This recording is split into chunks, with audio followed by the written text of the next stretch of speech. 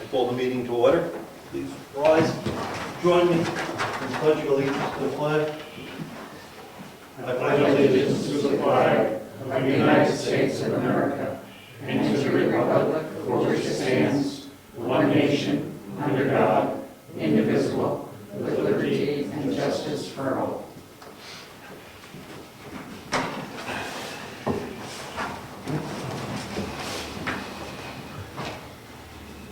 We've got a scheduled speaker tonight, Ed Comeau, who's going to talk to us about a proposed grant review process.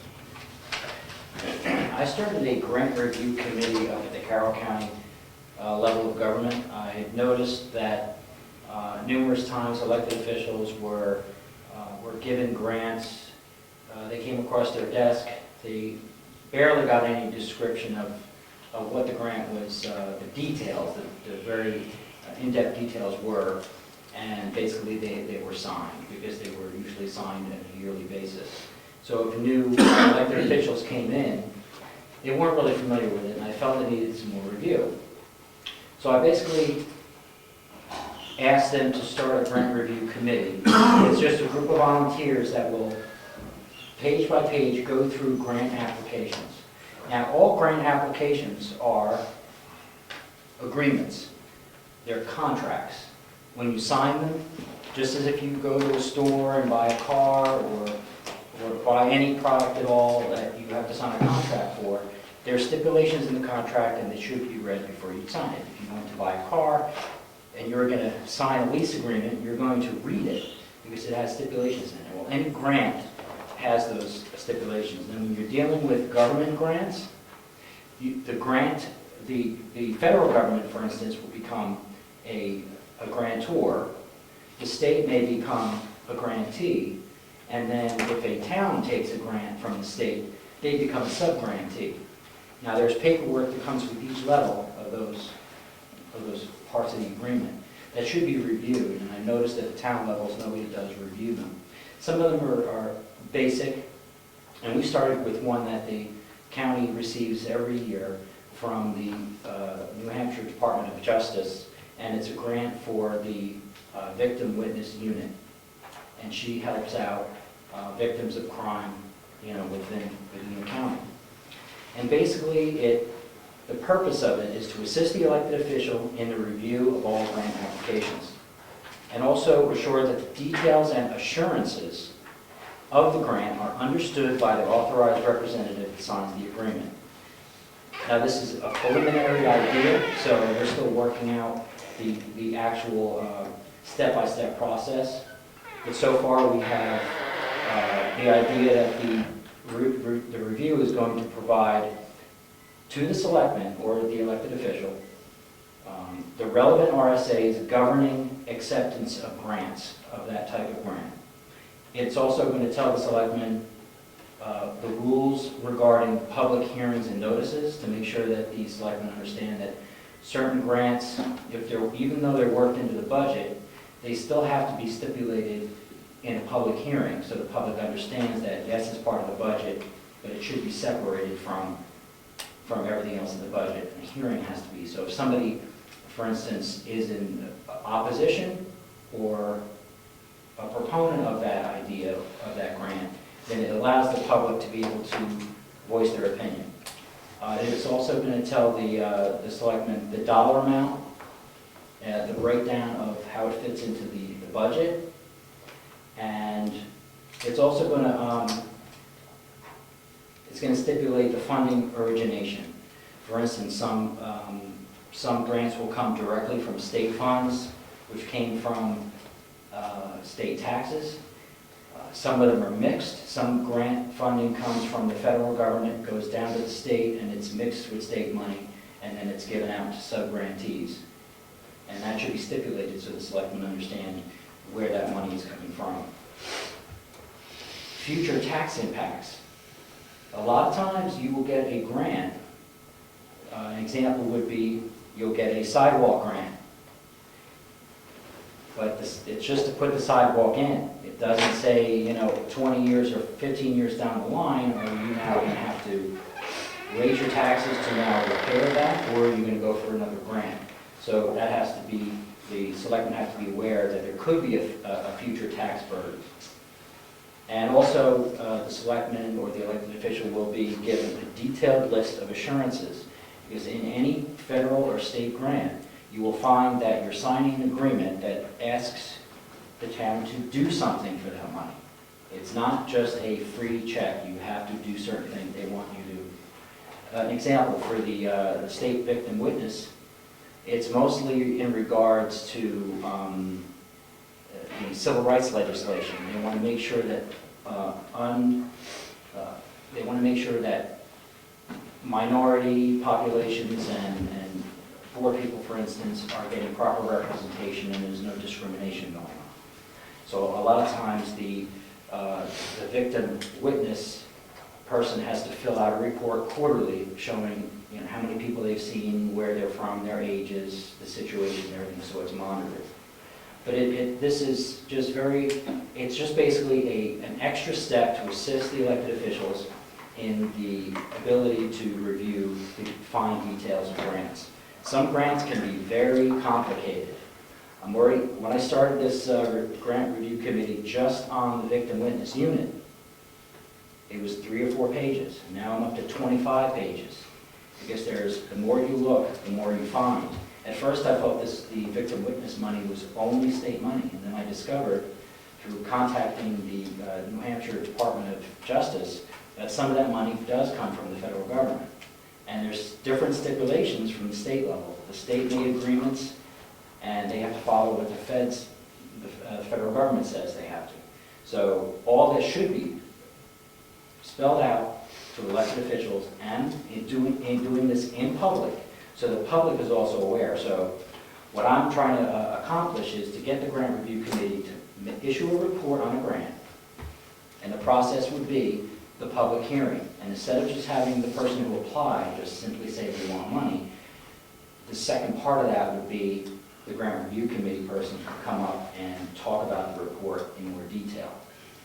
And in a nutshell, that's it. We're still working on the process.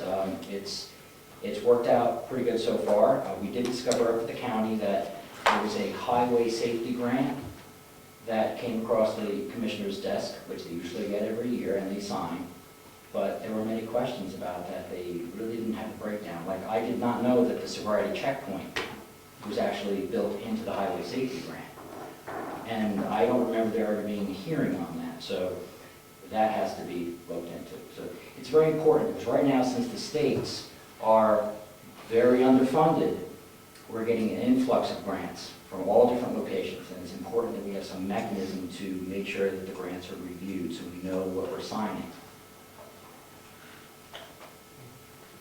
Question. If as a community we take a state grant and it comes in at 10 pages and we're happy with a state grant, are we bound by the federal folks that gave it to the state? The federal government puts strings on it, giving it to the state.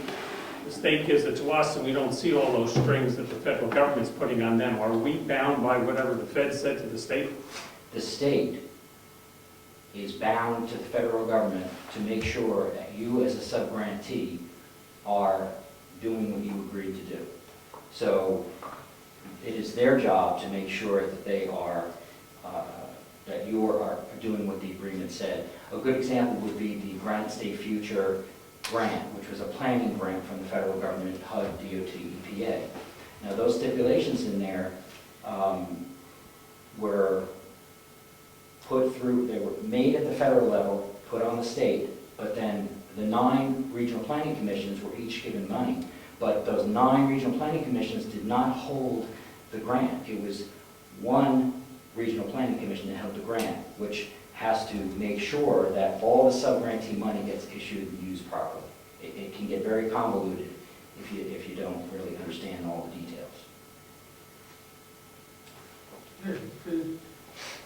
If the state gets the grant money from the federal government, are they bound to pass on to the towns or counties the limitations that the federal government put on them?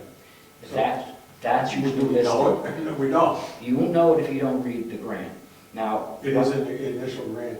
It has to be, because it's any agreement, just like you'd sign your car lease agreement, it's in the agreement. Like at the last page of this, before it has the signature page, it explains the 14 steps that they have to go through, all the details, the budgets, and all the stipulations. There's 14 of them just for this grant alone about what has to be done. And with just this one, I found out that I didn't know there was such an involvement with the federal civil rights legislation in victim witness, but it's very involved in what they have to do to make sure. I mean, you don't want people discriminated against. I mean, if you're poor and you're a victim of crime, you want to make sure they have the same equal protection as someone else. So that's basically what it's designed to do. But if you don't read all through it, there's no way you're going to know it. That's why I'm saying that this grant review committee, it's not really an extra layer of bureaucracy. It's helping the elected official understand, and the public understand the details of it. But if Brookfield got a grant for the handicap bathroom in the schoolhouse, and that had a federal contingency money for ADA, do we know about it? Does that get passed along when we actually get the grant? Are you saying, is it within the application that the selectmen have signed? Right. Probably not. I don't know, I haven't reviewed that grant. I would think it has to be, just like any agreement, it has to be present for you to sign it. If it's not, then I don't know how that can be valid. Or is it just a general statement that you will conform to all federal regulations and it's up to you to find out what they are? Well, looking at this grant for the victim witness unit, if you follow it, if you sit down with it and follow it, it's there, step by step. In a nutshell, I think what they're asking, both Bill and Tom, is are the strings that are attached to the federal grant trickle down through and are still attached when it gets to the town? Oh, absolutely. That's, It's like if you lease the property and the owner of the property to you, the leasee, said you can't run a restaurant, then you sublease out part of your property, that subleasee couldn't then go open a restaurant because he's saying, no, the original contract flows through my original tenant. That's the state's original tenant. So yeah, I can imagine that. A good idea, a good way of looking at this grant review committee would be a nutritional label on food.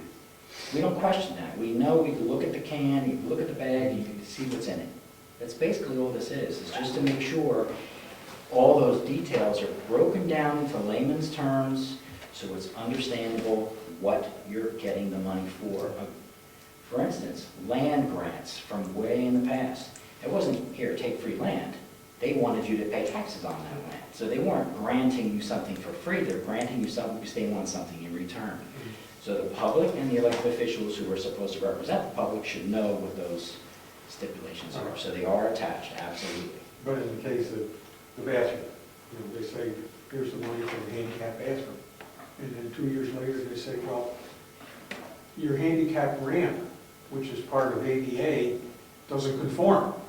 So you have to fix that too out of your own money. And it didn't specifically say that the entire building will be ADA. They just say it maybe will meet the ADA regulations. Then it's up to you to go look them up. Well, that's why it's important to review the grant, because if you notice that it didn't say anything about the ramp, then you should question that. And then maybe the selectmen shouldn't sign the grant until Maybe they don't find think out. about it till later because it's the other end of the building, you're not concerned. It could save us a lot of problems down the road. The more educated the people and the elected officials are about the grants, some grants are very innocuous, but some of them, maybe there's some items in the grant that we don't agree on. Maybe they could be changed. Maybe we can contact them and say, we're signing this, but we don't like this part. Do you think that, maybe you could change that a little bit? It's like any agreement, maybe it can be changed. And maybe it has to be changed legislatively, but it should be changed. Good. And I have a copy of this grant review that I did up in, there's 4 of us on the grant review committee. But if anybody wanted to read it, I'll leave it here. It's just an example. If you have any questions or even if you want to join it, because I believe, did we officially start one here if we did, join it. It's all volunteer and it's educational. You'll learn a lot about what the money is used for, and I'm trying to move away from the word strings attached, because it sounds bad. It doesn't necessarily have to be a bad thing. I mean, if like for this victim witness grant, if they're just trying to make sure that people who are poor or minorities are not being discriminated against, well, that's not a bad thing. So I don't want to call it a string all the time. It's just good to know the details of it. Thank you. Okay, next we have some correspondence. And I think we'll hold this one for the planning board discussion. And you want to take that one, Brian? And let's see if we deal these out. There it is. The bill. The Stratford Regional Planning Commission is looking for us to nominate a new appointee and alternate to the Stratford Regional Planning. Currently, Ed Comeau is serving and Jim Freeman is our alternate for the 2013-2014. So they're looking for a new appointee and alternate for fiscal year 2015 through 2016.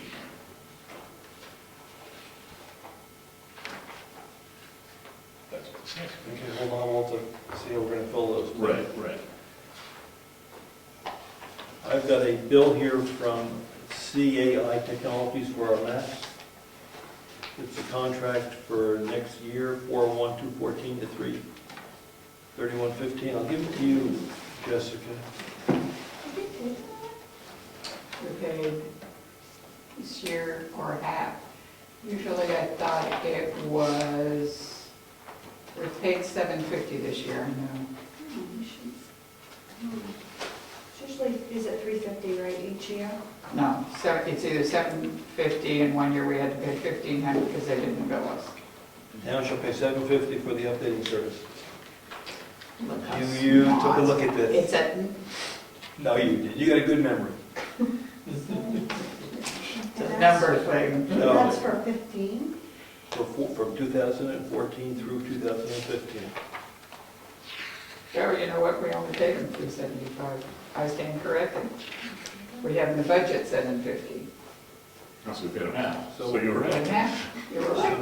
If you take a look at it, Potato there, no, no. and then if you want to make a copy, that's excellent, give it to Mary Lou to be paid. And there's a contract that has to be signed in there that we have to sign. Okay, mine is from the Wolfboro Senior Citizens of Yields Incorporated. I want to read the whole thing or give the brief version? Can you give us a brief version? Oh, okay. Their program, as they operate at All Saints Church in Wolfboro and open 3 days a week from September through May. They're having some funding issues, and they do serve people from Tuftonboro. This center serves residents from Tuftonboro and Wolfboro in addition to, Tuftonboro, Brookfield, in addition to Wolfboro. So while we've not asked for any assistance from either of the neighboring towns up till this time, it's necessary that we do so now in order to continue this valuable service for our area's senior citizens. Census figures for Tuftonboro indicate 32% of the population is 60 or over, and Brookfield is 28.9 of that age. Now, that's not the people using the service, it's the number of our residents, percent of our residents who are over that age. They'd be very happy to meet with us and provide any documentation we feel we'd like to do. And it's from Mimi Lisbon. Are they specific about the money in there? No amount, no.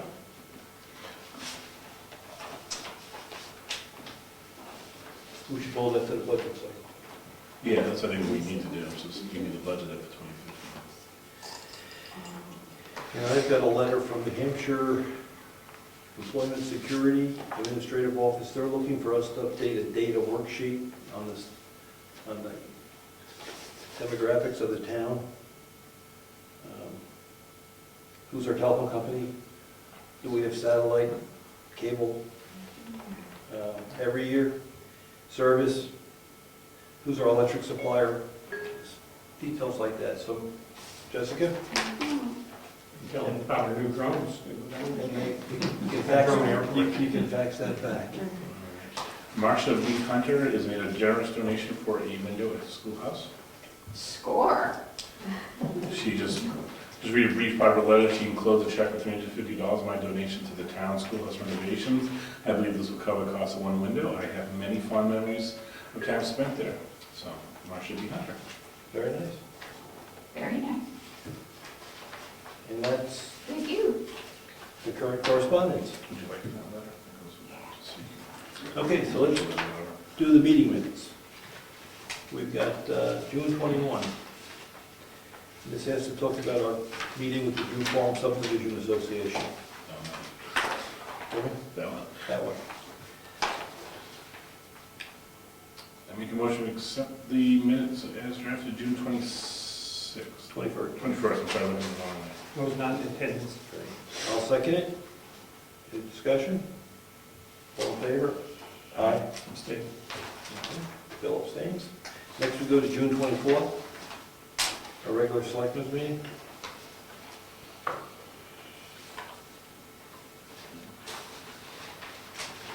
Make a motion, we accept them as presented. I will second the motion. Any discussion? All in favor? Aye. Abstain? Oh, I said that, I'm sorry. I Okay. think I just, no. Okay. And then the last one is a special selectmen's meeting we had on June 26th to go over the financial status of the schoolhouse project. June 26th. I'll make a motion to accept the June 26th. That's what we just, hold on, what did we approve before? We just did the 24th. Oh. Yeah, the 24, no, the Wait a 26th. minute, I got back up on the 24th. Correction, because I thought we did the 26th, so Okay. something's missed. That works. Minor correction. Okay. So we're going back to the 24th? That'd be fine. Okay. Clarification, I only have one minor adjustment that I see, and I'm sorry it was not picked up, and it's not a biggie. On old business, place phone installation in the basement. Do you think people understand that means under the boards, or will they assume we have a basement, or will that be misconstrued at some point? Okay. It's minuscule. I think we said in the basement. I think you have to put exactly what it says. It's what's said, not what's meant. Yes, exactly. Okay. And I explained it and everybody knows, that's all. If it's in the meeting minutes next time around. So I'll continue the motion to accept June 26th as drafted.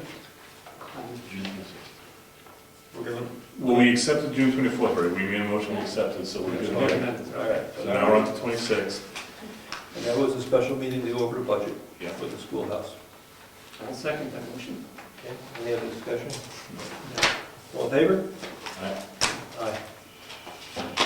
Any public comments? Yes, sir, Mr. Hill.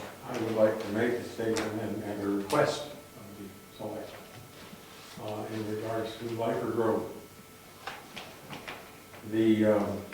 As you know, the section of Lyford Road that runs between Route 109 and Clark Road, which is about a mile, is supposed to be maintained by the New Hampshire Department of Transportation.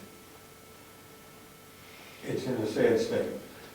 The skim coat was added, I believe, 15 years ago, and that's fallen apart. There are rocks pushing up from underneath. The edges are breaking apart in numerous places. The worst parts are the depressions in the travel lanes. These depressions make it almost impossible for complete removal of ice and snow in the winter. Last winter, there were numerous areas that had ice and frozen snow all the way across the road. The icy areas made it treacherous driving not only for the residents, but for the safety issue of the school buses that use the road daily. I would like to see the situation resolved. And I would request that the selectmen send a letter to Mr. Clement, who is the commissioner of the State Department of Transportation, and request some kind of repairs on this. I would like to see it repaired correctly, not just another skin coat. But it's been too long. And because apparently it's not a numbered state road, we're kind of way down on the bottom of the list. And it's to the point now where I go over the road and take the trailer behind me, the trailer's in the air half the time because of the rough road. Thank you. Okay, could we have your You have my notes. notes? Yes. If you want, on the road committee, or what was once the road committee, I'll take that up, I'll draft a letter, have us review it at the next meeting, Thank you very much. and have maybe any input from Ed as well. Excellent. Sound good? We want to carbon copy that to Kenny, to Kenny, Joe Kenny. Oh, Joe. Okay, and you may also want to do it to Jeff Bradley Oh. and local representatives. I also have the name of the person in New Hampshire DOT who's in charge of maintenance and his address if you want to let everybody know. We'll circulate. That's what we could do. Thank you. Thank you, Tom. Yeah, I'll grab your notes from you before the end of the day. Other public comment? Yes, Brad? Yes, Mr. Chairman, I hadn't thought of it until now, and Brian mentioned. I respectfully request the reinstatement of the road committee. Okay, thank you. Any other comments? Ed? Being that I'm Brookfield's representative on the Stratford Regional Planning Commission, and we have direct relation with the New Hampshire DOT, I would like a copy of that letter, because that could be brought in the next meeting, August 1st. I believe a lot of towns have that same issue. And perhaps you want to join me on August 1st to go to that meeting. Maybe. I won't make a commitment. Okay. I will copy you on the letter as well. Okay, excellent, thank you. We have a lot of carbon copies. Too bad we don't carbon. Any other comments? Okay. Off the record, Rich, when I was selecting this topic came up, the state, There's a well, it's on the record, but the state kindly offered to deed both Lyford Road and Governor's Road to the town if we didn't care for the way they were maintaining it. Okay. Thank you. What year did that? When was I selecting it?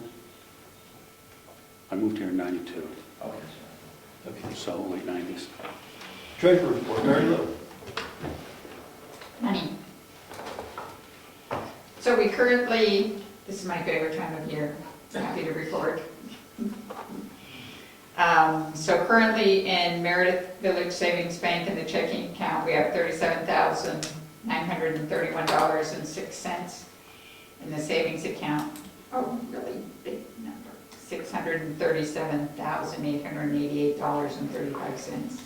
And then the insurance account at $27,246.70 for a subtotal there of $703,000. And in Profile Bank, we have another $52,000, so right now we have $755,000 in the bank. Yahoo! Yes, thank you. Now, the question that comes up in my mind, given what's happening in the county, is how do we know that's the right, how do we know that's the number we should have? It sounds like the right number, it's half the year's worth of taxes, Yes, but how do we so assure ourselves that is a reasonable number and we should have that amount? a reasonable number as far as the books are concerned, Yes. and that the books agree? Because we just send the taxes out, we got half our taxes in. Yeah. So are you more concerned with so let me put it to you this way. I will tell you that as of tonight, you will have a report that specifies where that money, the money that's come in, Yes, we get and the the money money. that's been spent. Yes. I've already done the bank reconciliation, so the books for June are closed. Now, what I could provide you in the future is something that tells you, here was the beginning bank balance, here's what we spent, here's the money you brought in, and tie it to this so that you would sleep better at night. But I will tell you that it's, by the time we get to this meeting, the books are reconciled and done for the prior month. I think that would be helpful twice a year to say, this is where Sure. we stand with our bank accounts and what we've spent. Sure. And then when we hear your numbers, we can say, yes, We understand. So the piece I don't always get, so it would probably be important to hear from Diana, is how much of what she's anticipating has come in. She's got- Because I can tell you what money's been deposited. I can't tell you, oh, that's 10%, that's 70%, that's 50%. That's the piece I can't tell you. And I think we'll get a report from the tax collector tonight talking about that. But that would tie things together for us, that what we think we have in the bank account is what we should have. It should be close. Yes. It shouldn't be, So, and if it's not close, I usually tell you. Like last month, I had to say, I don't have a record of all the cash yet, but I will.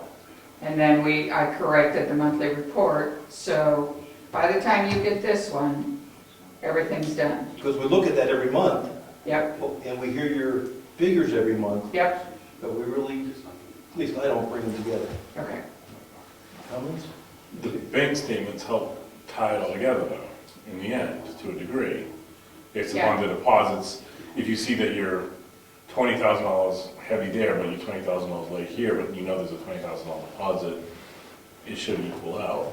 So the other thing we could do is have you, frequently we do in where I work, is once I do a bank reconciliation, one of you looks at it and signs off on it. And what you would see is the prior month's balance, the cash that went in, the money that went out, the checks that are written, what's still outstanding, and that kind of thing, and the ending balance. One of the things that we have in place that the county does not, is that our paperwork eventually goes to the DRA to review. So some of the problems that happened in the county where the things were put in the wrong column and they were not spread over 20 years, I think in our case, DRA would have picked that up from a town point of view, a number of these, not necessarily Yeah. everything. So I asked the question at the delegation meeting particularly, is there foul play suspected? Not at all. They felt it was an accounting issue at this point. Things were put in the wrong column, that type of thing. And that's where the mistake has happened. Now they need to go back and correct everything and follow the trail to see what actually transpired. And I understand. I'm just saying that we have two pieces of data that we just don't tie together. We have what we spent and what the budget is, and we have what's in the bank. And the numbers sound reasonable, they sound like they're correct, but we don't prove them in at all until the end of the year. Right. So maybe twice a year, when you close your books in June, we could just see how they true up against that. It doesn't have to be penny for penny, but if it's close, it's perfect, right? Penny for penny's good. Don't get me wrong. Penny for penny is right on. I'm a to the penny kind of girl. All right, so thank you. All right, so I'll do that for you. I can do it for the next meeting. And it might help you to look at a bank reconciliation. I probably should bring them in once I do them and have you look at them. You can tie it to the bank statement and that kind of thing. But Bill's comment is correct. At the end of the year, we true up because we go to zero. We have to give the state all the numbers. And we know exactly what's in the bank account and Yeah, what's rolling over. yep, So And they have it before. They picked up things on us and said, like, this is in the wrong column, this and that. It all gets sorted out. And that was one of the problems with the MS5. I think that we had all the troubles filling it out because things got, yes. that's why we went to have somebody do it, so we would be on track, because we were often confused. Are we certainly sure? And they're changing the MS5. So that's why we got it done professionally. So let's try it once, see if it's worthwhile. Sure. And if it is, we'll continue, otherwise we'll say, well, it's a good exercise. I also would like to mention that Primex sent us an invoice, and what it is a credit. I usually wait till June or so to pay their bill, which I did this year, and they didn't issue a credit. And when I got the invoice again, I thought, well, maybe they're not issuing us one this year. No, they've now issued the credit. So we have a $500 credit sitting on our account, and I'd rather we have the money rather than them. So I called today to find out what needed to be done to get a check. So we need to see if Jessica could write a letter on town stationery, wanted the selectmen to sign it to the gentleman that's the CEO of Primex, requesting that we get our $503.98 refunded to us, and they'll be happy to do it. So I would ask if we could do that. And we budget the full premium at the end of, when we do our Yes, budget. yes. So if we were to leave that money there, we could budget less for the fiscal 2015. We could, I'm just throwing this up because I just want to, would it make sense for us then to have extra money in the budget for next year? Or do we need that $500 now? we don't necessarily need the $500 now, I guess. I would rather it were in our pockets than theirs. It's up to you guys.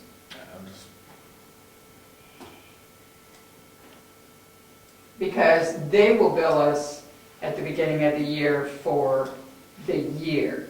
Will they remember the $500 credit, or will they wipe it out at the end of the year? Then it probably makes the most sense just to get it back and have Put it in our it. hands. I just wanted to talk about it, make sure that we're... Otherwise, we'll be chasing them. We get it now. Yeah, okay. And that's probably it for me. So Jessica will write the letter for you to the school? The school. Would you like to?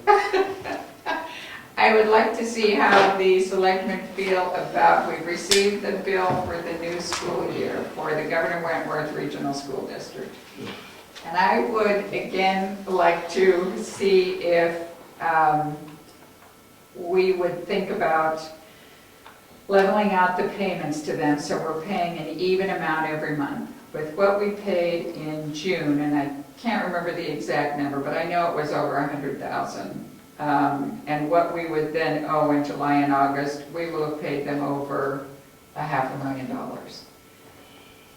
And if I look at it and we made 12 monthly payments, we would be paying them approximately $100,000 a month.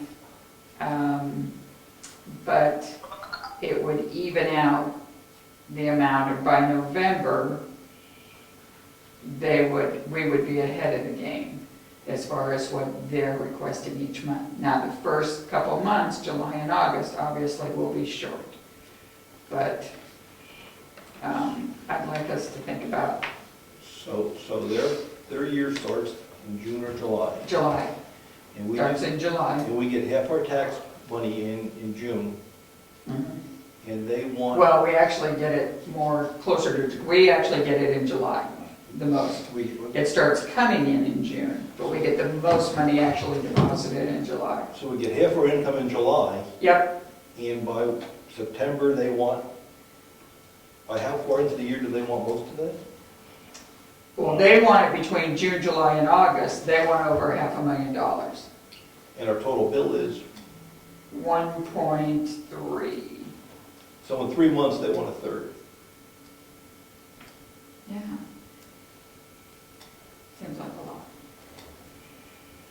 Because we're floating it, we didn't recover all the taxes for that, because that money will be coming in December, for Yeah. the other half of it. Yep, So you'd like to go level payments? yes. I'd like us to think about it. And I don't know if it's feasible by not notifying them. Oh, we should tell them, I would think, maybe talk Yes. to, When do they meet here? oh, they meet here at 11. I was going to say, don't we have a school board meeting coming up? They meet here at 11. The 11th of August? Yeah, Maybe we should raise it then. sure. That's excellent. All right, good idea. So, do you want to, what do you want to pay them in July? They wanted it already. Over 100,000 again. They Of course. wanted they wanted $202,444. See, I personally think we should get some of the other small towns and unite on this and say, look, this is what, you're getting your money, how you figure it out, it's up to you. Whether we have to phase this in over a 2-year period or something, but I think there must be other towns that are in the same situation as we are, and would rather see it level funded. And I almost think we need to unite on this and say, no, this is what we're gonna pay you, you get your money, you just figure out your own way of doing it. more immunity. You know, and I don't mind doing that, I just would like to see the end product be a fairer way for us to not have to lose interest and lose all the money that we get right away, so. So if we made the payment as they requested, we talked to them in August, suggest what we'd like to do. We get two options, we could suggest what we'd like to do in August, and then skip some months to catch up, Yeah, we could skip the August payment. to catch back up. Or we can make the payments as they requested and try to socialize it with other small towns before we talk to them. I mean, they're the two options I see. So what, we got New Durham, Effingham, Tufton Borough. nothing wrong, but those are the ones that are. Yeah, but Dr. Burrow's bigger, Yeah, much bigger. We're the small one. yeah. Yeah, Effingham and New Durham, comparable to size, with clearly the smallest, but I'll talk to Effingham if you want. That's Or fine. would you prefer as? No, you know what? Treasurer to treasurer. No, I have no problem. I do know the treasurer in Freedom, probably know more than that, but I at least know her very Well, well. they're not in the union, so They're not they're in in, the other They're district. common. Kind never mind. But they might have the same issue up north. Yes, So if you know the person, Yeah. why don't we find out what they do? What other Yeah. districts do, and maybe they have a different arrangement. Data wouldn't hurt us to get the data. yeah. All right, So so. you'd like me to do, would you run a halt till we decide what we're going to do with this bill? I guess it's the meeting issue.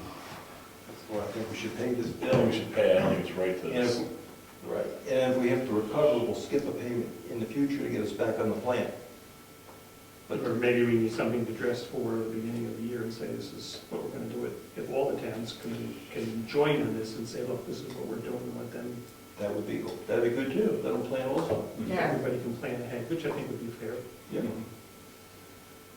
This is a heck of a lot of money. Then we should just tell them on the 11th, this is what we're doing. We're looking to do. We're going to socialize it, given we don't have any reps that, on the school board that actually represent the town, we'll just talk to the selectmen. Okay, so you're going to pay the bill, and then we're going to socialize it. Thank you. Yes, Ed? What agreement actually governs how we pay the school bill? I mean, is there a written agreement? I don't believe so. So, In fact, There must be an original one, right? When the bonds, because most of that, a lot of that's bond money. most of it is bond money, especially now. You're saying that we can't, and we're gonna go to other towns to possibly get together to do this. That would lead me to believe that there is something in place that makes us do it a certain way. What is that agreement? When we asked last year, the agreement, the reason that they ask for so much money up front is because they have obligations, heavy obligations. I don't remember if they were union or not, that they have to pay in these months. But did we, as a town, legally sign to say that we agree to pay in that fashion, or is this just I don't know that. words? I could call Mary on that and find out if we, So that would lock it in. And we should understand if there is an agreement, we should understand the agreement, so, because there may not be an agreement, this may be just word, you know. Ways back, right? What about, talking to, Ernie? Dr. Manning or Ernie. I think Ed made a good point, we should fund the agreement, read that. If there's a, what do we know, there's a Do charter. you want me to call, I'll call Mary, who's their secretary tomorrow. She's the one I usually deal with. Okay. And, There must have and been see if there is a written agreement as far as the payment structure. We know how they Is that come what up I'm with it. asking? but That sounds to me what I'm asking for. And I will hold up until we get a response from there. Sure. No sense of stirring something up that doesn't need to be. Yes, if the agreement says this, Thanks, Is the agreement then we lifelong? negotiate the agreement, right? That's the thing, we'd have to then So let's see what we see have what to the work on. terms are. Okay. Just a quick question. Did I misunderstand? You said the whole year is $1.5 million? 1.3. 1.3. So if you're doing it in 10 payments, it's going to be 130,000. Well, actually, our portion, sorry, Tom, I was including in that, going over to the total column, but that includes the state grant money of 146,000. So actually, we only owe 1.2 million. Still However, 120,000. however, we collect that state portion. The way this tax works. Right. Oh, we collect that. We collect We it, collect Oh, so we still got to pay it. we pay it. If we didn't get the taxes paid, we're still on the hook to We're pay still the on bill, Right. but we didn't collect the state portion yet. So whenever we have unpaid taxes, we're still committed to disperse the money, we can get it in. And that's why we get this bind. Right? We collect, there's a school line, there's a state line, And the county. and the county, and the same with the county. We write the check to the county assuming we recovered the money in taxes. They don't want to hear we didn't get the money in. Thank you. Thank you. Tax collector, right at the tax collector. I have a note from Diana, All right. talking about the first half tax payment for 2014. The tax collector's warrant was for approximately $823,000. Of that, we have collected $736,000, leaving a balance of about $87,000 uncollected. And there's also, we did abate $152, so we're 90% collected. And she left a report showing of the 87,000 who owes it, and she also left her the tax collector's report. It's called the MS-61. She left that here also. So, any questions? Yes, the MS-61, do they submit that? Does that have to be submitted? I believe that It's it's only submitted once a year. Once a year. Yeah, So that's just preliminary numbers. yeah. We can do it at any time. They normally do it monthly, but it's submitted to the state. I think it's in January. Thank you. Thank you, Diane. So 90%, that's good. Yes, I thought so. Yeah. No So wonder. so that says we have to cover 80,000. So we have to cover 80, we have to pay the county, we have to pay, well, the county's once a year, but we have to pay the school. And that is just for the 2014 first half payment, not what And we're you- still over 2012 and 13. Is there any idea how much of this 87 we're going to eventually collect? We usually collect it all within 3 years. Oh, okay. Within th- Not right away. Right. Oh, but, people pay 18% interest on that money. Yeah. And that's the state number, 18%, so it's Right now, they're only accruing 12 12%. until it goes to lien. Right. Only 12.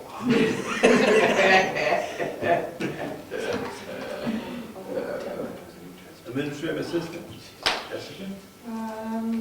I did put a notice on the website that Craig Nichols is from the Department of Revenue. He's in town doing some measurements on some houses, so there's a notice on there, just to let you know what kind of car he has and everything. So if you see him, he'll go to the door first, he'll have a badge and everything. So he's checking up on Avatar's work. So the other thing I have is a veteran exemption. Someone requested, went through it all. He qualifies, this person, and Any, you know the answer, what did I miss? any activity on, Avatar?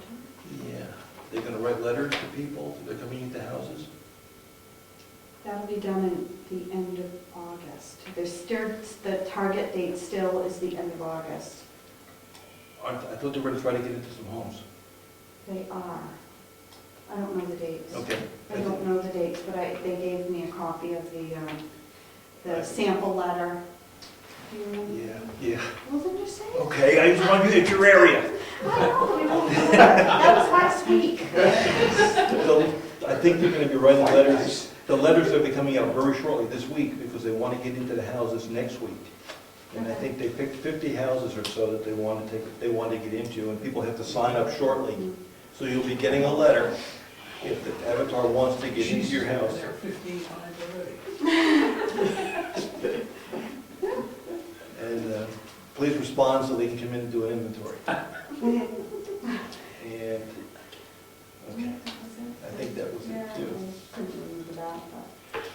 people are gonna get letters on that one, right? And they'll come from out of town. Yes. And that's all I have. Okay, planning board. We have a letter here from the planning board. Do you want to talk to the letter from the planning board? Talk about the letter, I'll talk about the zoning. Okay, we have a letter from the planning board asking us to participate in the capital improvement program. And they'd like us to provide data of our capital improvement plans that have a gross value of at least $5,000 and a useful life of 3 years. It's not a recurring item, so if it goes in our budget, we're not going to put it in, or any project that requires bonding. So I think you've got a spreadsheet for the roads. Brian? No, please, I'm right. No, Brian, you got a spreadsheet from the roads? Yes, we do. If you submit that to the planning board, I've got a review, I submitted to the planning board the capital improvement plan for our buildings last year. I'll have to change it because we made some progress on it, so I'll bring that and let you folks see it, and I'll submit that to the planning board. I have the equipment, Do you have to what's written? except it all changed, The so equipment. the equipment, Over $5,000. yeah, but if you do it all at once, it's over $5,000 I think their intent was items that are over $5,000. individually. Yes. So So we're then, not going to worry about tables and file cabinets and computers. They want the big items. This go around, they're going to take a look at how it plays out, what information they have, how they can use it, and next year they might ask for additional information to complement the plan. But the first cut is let's keep it simple, big, and see what it looks like. so then you may only be looking at the copy. Is it operating? Is it our operating budget? The purchase of a new copier, We buy them, we buy them. okay? Then it would be a capital improvement. Oh, we don't rent. We pay for copies and toner. Maintenance, okay. And maintenance.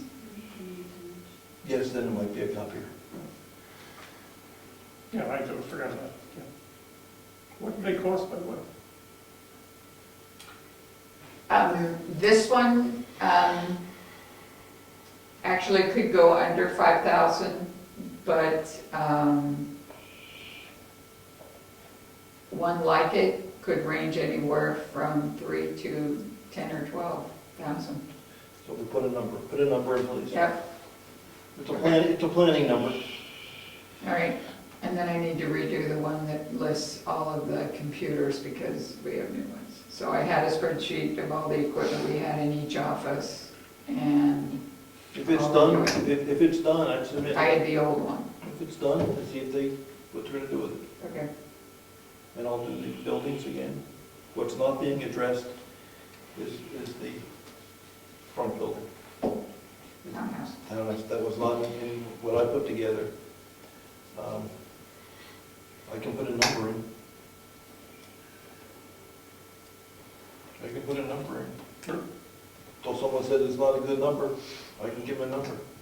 The actual cash value of the replacement of the, That's a really good question. Or, no, it's the capital improvement plan is what we plan to spend spend to maintain. or do anything with it. Maintain it, improve it. What Okay, we- so, all right, because what you were saying, I thought you meant you were going to value the building, like, how are we going to do that, to kind of appraise it? What we might be spending on it over the next, what does it say, 3 years, 6 years? Whatever this says, the next 3, 6 years, 3 years? They said a 3-year life. Okay. Best number we have, while you see it. No. Could you explain the 3-year life? How does that work? If we have something that lasts 10 years, that doesn't go on. No, I would think it's, well, I don't know how they're looking at it. Usually for us, if it's got to, it has to be replaced in 3 years. Typically, the way a CIP would work would you would have a master spreadsheet that says, these are the items that need replacing in 3 years, 5 years, 10 years down the road. So that you know exactly in 10 years, a new roof, say, would have to be put on this building, as an example. New carpeting would have to be on the floor. So are they at a point where they need to know that in And they're X probably- number a year, we're going Yeah. to need a new carpet, we're going to Yeah. need to paint the inside, so whether we're Yeah. doing it or not, we almost have to plan ahead to say, This is how much we think we need to budget. long-range That plan. will- Absolutely, yeah. If it's over $5,000. You can make that swing, if you think it is, or you think it's close, we put it in. Right. It's just a planning number. Yeah, no, that's how I, That's their right. And they want it, I think, by September 1st. But August 14th. August 14th. Submit the project around the forms provided. Forms provided? Did you get one of these? No. It must be in In the our- Heritage Commission? Oh, we'll go look. I think that all the committees got one. Everyone got one. question, that brought up, I thought this the other day, is our insurance values of that may need to be adjusted with these movements? No, but we just got the policy tonight, so we can look at it and see if it looks reasonable.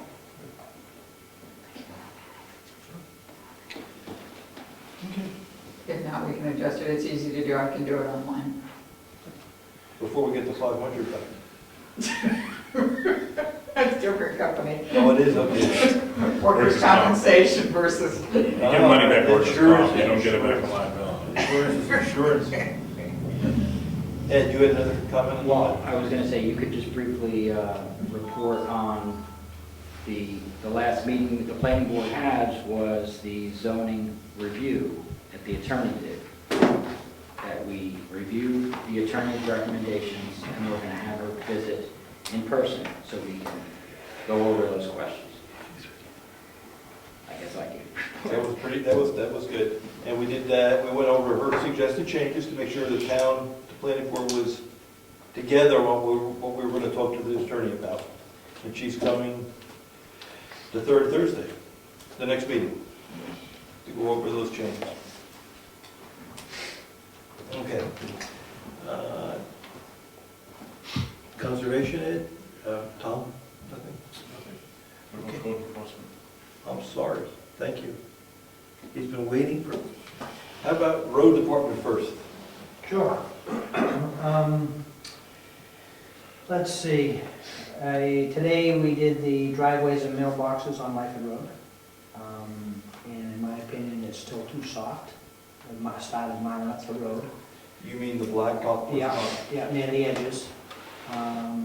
So what I did is, after I got that done, I stopped and I'm scheduling a shouldering machine to come in and that goes in a straight line right up the side, no turning and yanking and cranking on the tar. And it'll put out whatever we want for width and dump the gravel right out there and get it done. Okay, so it's a gravel machine that will hit Yeah, gravel. they call it a shouldering Like a machine. conveyor, right, that kind of. What's that? Yeah, it has an auger actually. Yeah. And it pushes the truck, it's big enough that it pushes the truck, everything just lines up straight, and you go up, and all the hydraulic system and everything pulls it off to the side, and there's a spreader box, and goes up through there. Okay, we're gonna do that when? He hasn't got back to me. How does this work for payment? Is this a machine we're renting, you're renting, or what? However you want to do it. It's actually from the same company that did the paving, so. But you could tell them your good news. That you'll be Hopefully.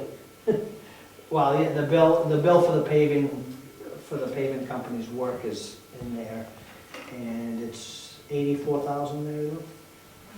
Or 85,000, and we have budgeted 94,200 and something. So that's why I just decided to just have hire them to come in to do the shoulders. But along those lines, Mm-hmm. when 10, the construction company, our subcontractor for road work, has to rent equipment to do the job. In the past, I guess there was a policy where that equipment rental would be charged to the town, and then we would pay that bill. And the reason that was done was, do you have the history on that, Ed, why that was done? I think that's the way it was from way back, I'm not sure. That's the way it was decided. But again, it doesn't matter to me how you want to do it, but my request would be, however you decide to do it, please put it in writing. Because this is where I think gets back and forth, because we had talked about this 4 or 5 years ago, I think. And it was, if it was a specific item for town work, not a common thing that you use all the time, that it would be billed directly to the town. So, but if you want the town to receive no bills other than through me, just please put that like as a written policy. See, we're getting bills for equipment that Ed needs to do the job that we subcontracted with him to do. So, I mean, you would say, why are we doing that if we have a contract? That was originally instituted, it is right, a long time ago, Rich. And the reason for that was to save the add-on cost by the whatever firm billing the town directly. It kept previous road agents' funds out of the picture. And so there wasn't another 5, 10, or 15% added to cover their handling costs of the cash. Okay. So in essence, it was a cost savings for the town. I just want to put it on the table. What do we want to do with something like that? We want to continue with that policy of bringing it in so there's no overhead? So what do they charge? Is it by the hour or for the job? How does this work? What's that now? The edging that they're... He's gonna give me a price by the cubic yard of material used. Mhm. And I don't know what that is yet. And that includes the... And that's, Machinery? yeah, that's in, what they call in place, per cubic yard placed.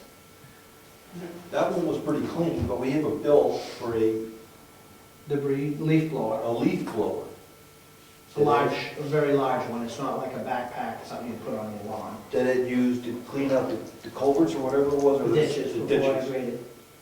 So when I looked at the bill, and I said, what's this for? I couldn't figure out why we were getting a bill for a leaf blower. And when I talked to Ed, he says, this is the history.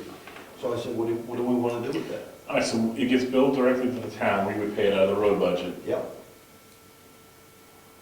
but yet our contractor is the one, it's equipment needed for his job. That's right. That's right. So you might say the leaf blower is okay, if a truck broke down, what will we do? You know? Well, You can get That's it. a good question. If your truck broke down, what We have happens? that in the contract, though. Well, I don't remember, but if it's Yeah, in it does in there. the contract to maintain his own equipment, blah, blah, blah. Right. But then I guess the fine line the way I had always looked at it before was, is the equipment something specific to the town? Then it would be something that, like when we used, before I bought a street sweeper, we used to rent a street sweeper. That's not something that I'm gonna use on a private job somewhere.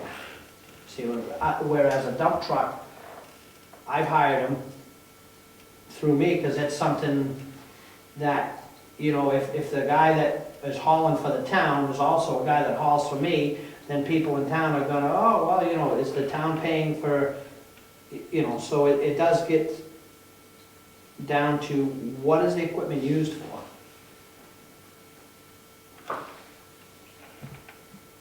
Which was the issue when the town owned the equipment, like the truck. Even now you're talking about? Well, I'm just saying, it could be perceived that, like, again, that they're, where I do other work in the area, if I hire a trucking company, who happens to be the same one that I would hire for working in the town, there's no dispute. That's all run through me, not the town pays for it. If the public sees that the town is paying, Joe Trucking Company to haul gravel for the town, but they also see him hauling on my private jobs, that's gonna raise a question. It always will. But it's pretty, those huge debris blowers are not something that, I got my own leaf blower.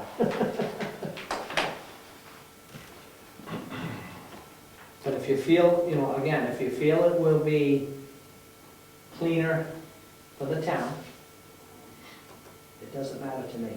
Just so we avoid this, because this, I think, in the almost 9 years that I've been doing it, this is the third time it's been brought up with different board members and different opinions. So if we write it down, if you guys decide and write it down, somebody else comes along, and say there's 3 different board members, I can just simply say, it's the policy.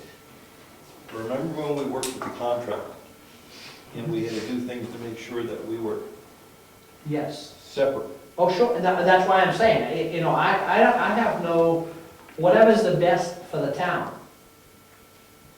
Just decide and put it in writing, and then next go around on the contract, we can, whatever you guys decide in the next hours, minutes, days, weeks, we can make that part of the. Okay.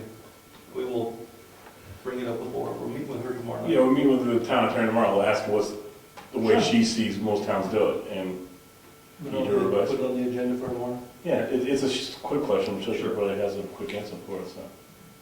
Yeah, no, it's nobody's question, because you're right, over the years, I always remember the sweeper coming through as something that would be rented and different types of things, but Yeah. leaf blower, that's, there's some new ones out there. Yeah. Okay. Good. And, I have more. Yeah, we weren't done, but. okay, I'm sorry. No, we're still going on. So, I graded Cottle Hill just before all that rain. And I went and checked on it, and we went back today to touch it up. I added a little bit of gravel, I added a load of gravel to it. And then we're going to touch up, I'm not even doing a full grading, but we're gonna spot grade Walker Road, because it doesn't warrant, with just traffic from one residence, it doesn't really warrant grading it, and we're just gonna kind of touch it up a little bit. Keep it wide, What's that? make it wide. Well, having almost, I've got Robinson Road, and then I got some in Cedar Park to do, and Tucker Road.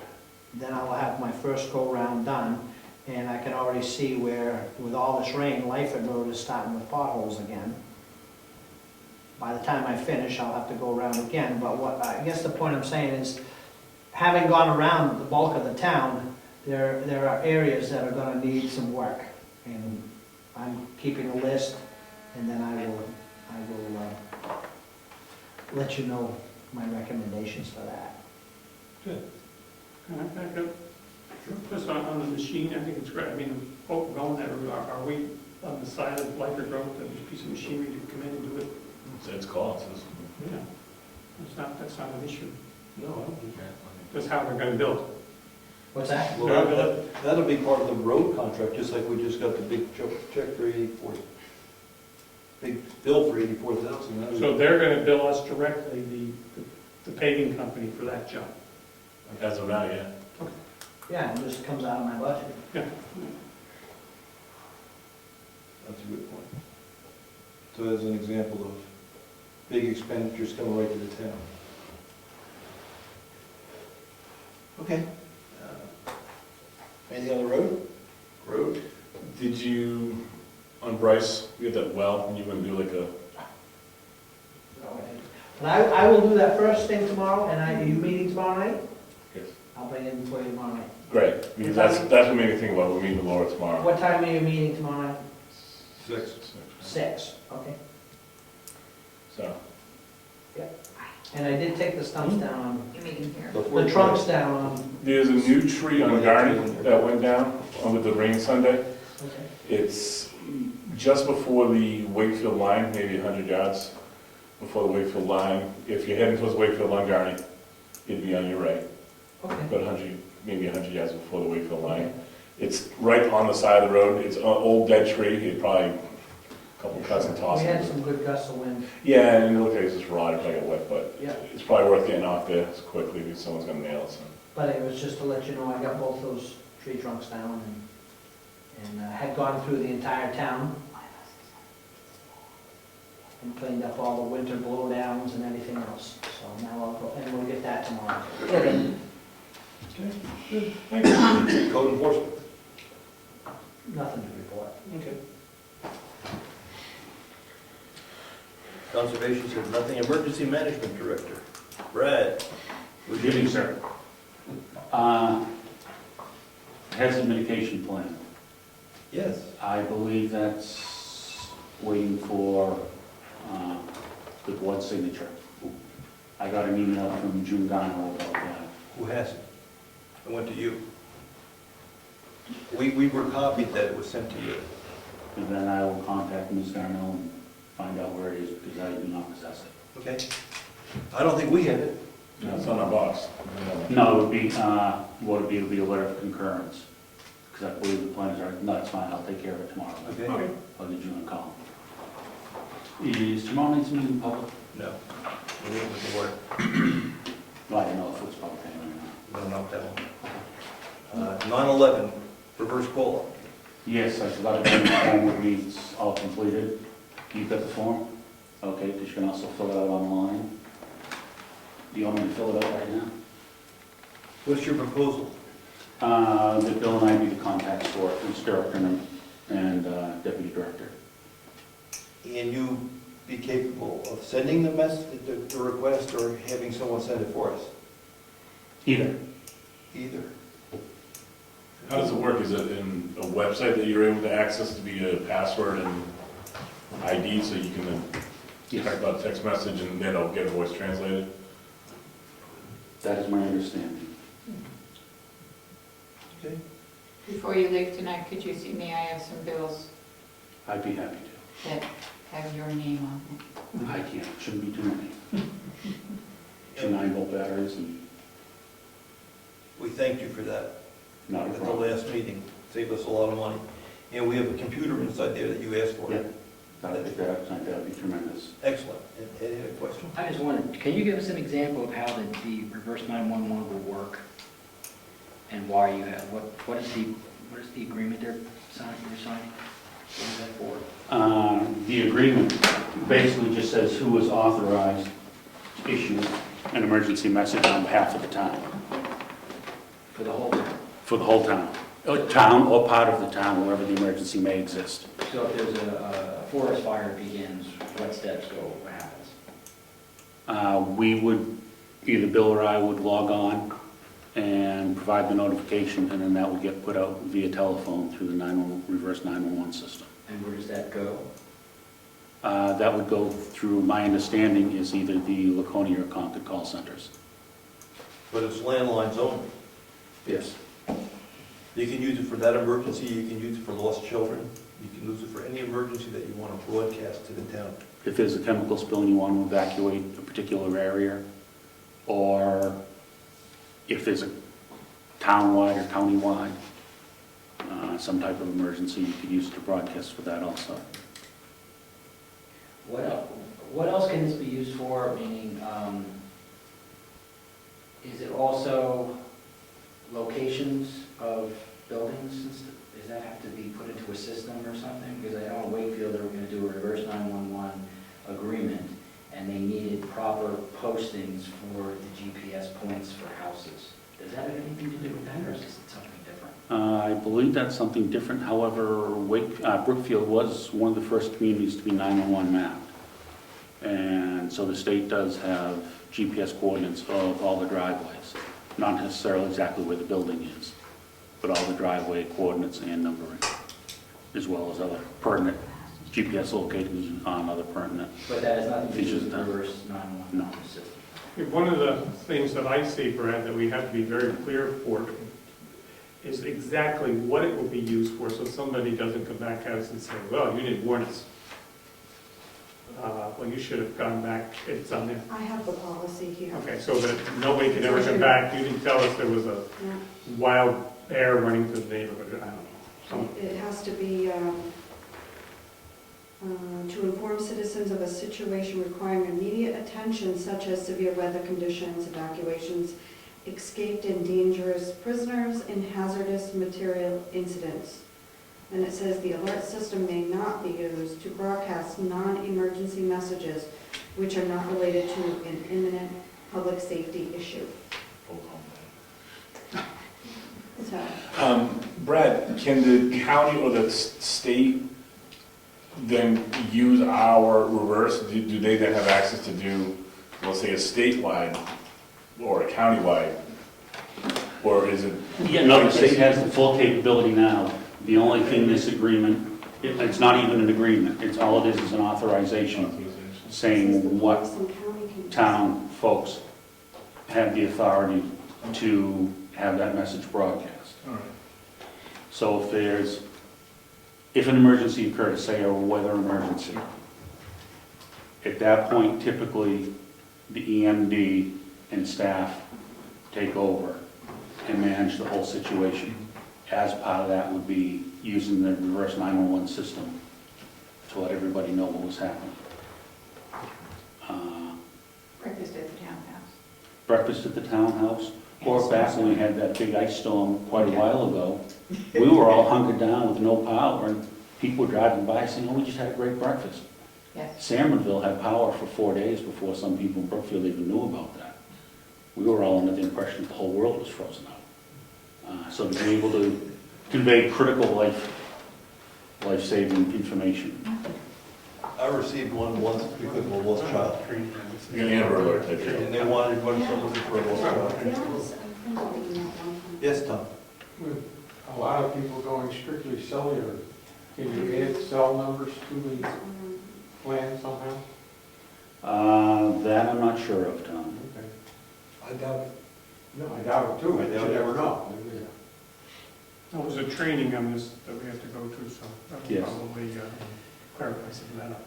Do you have another one there?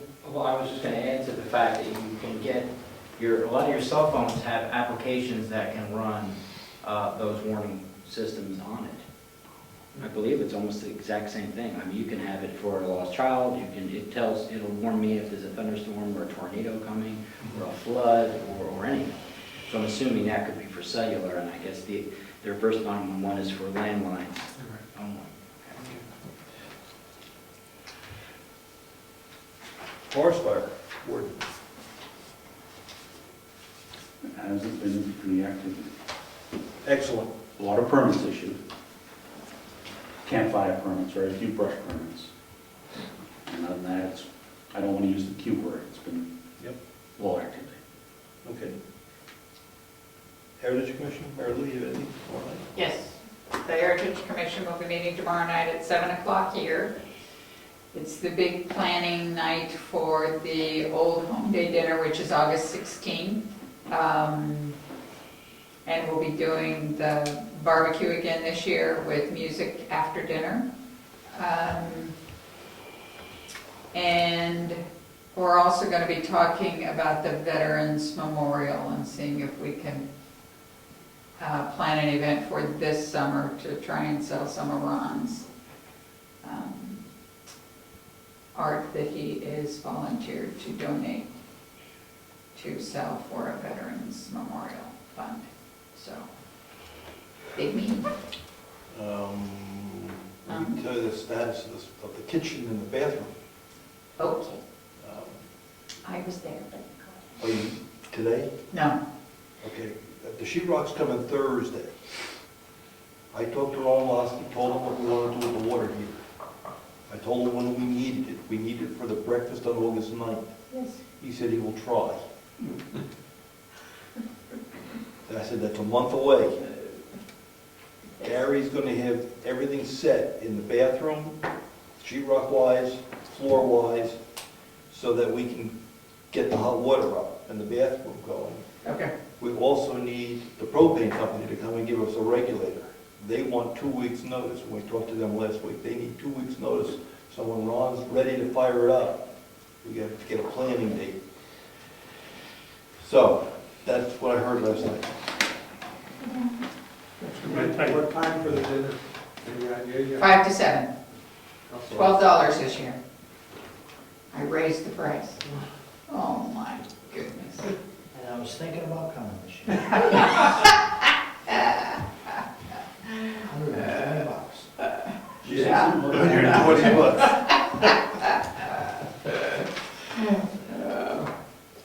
So, that's probably it for me.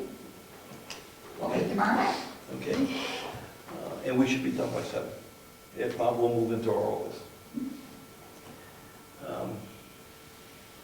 Cemetery trustees. There's a meeting, is that still a go? I'm not, they're going to meet on Friday, 10 o'clock. 10 o'clock. Town clerk. I've got some items from the town clerk. When I stopped in, the phones don't work so good. They still don't work so good. You can't get a dial tone, the fax is down. Yeah, in fact, I just noticed the fax is down again. But it was back up last week. Did you see my note I sent you? I meant to bring it. So Lance was writing an email to everyone last night. I asked for a copy, but never got one. I know he's working on the fax issue and working with Jennifer.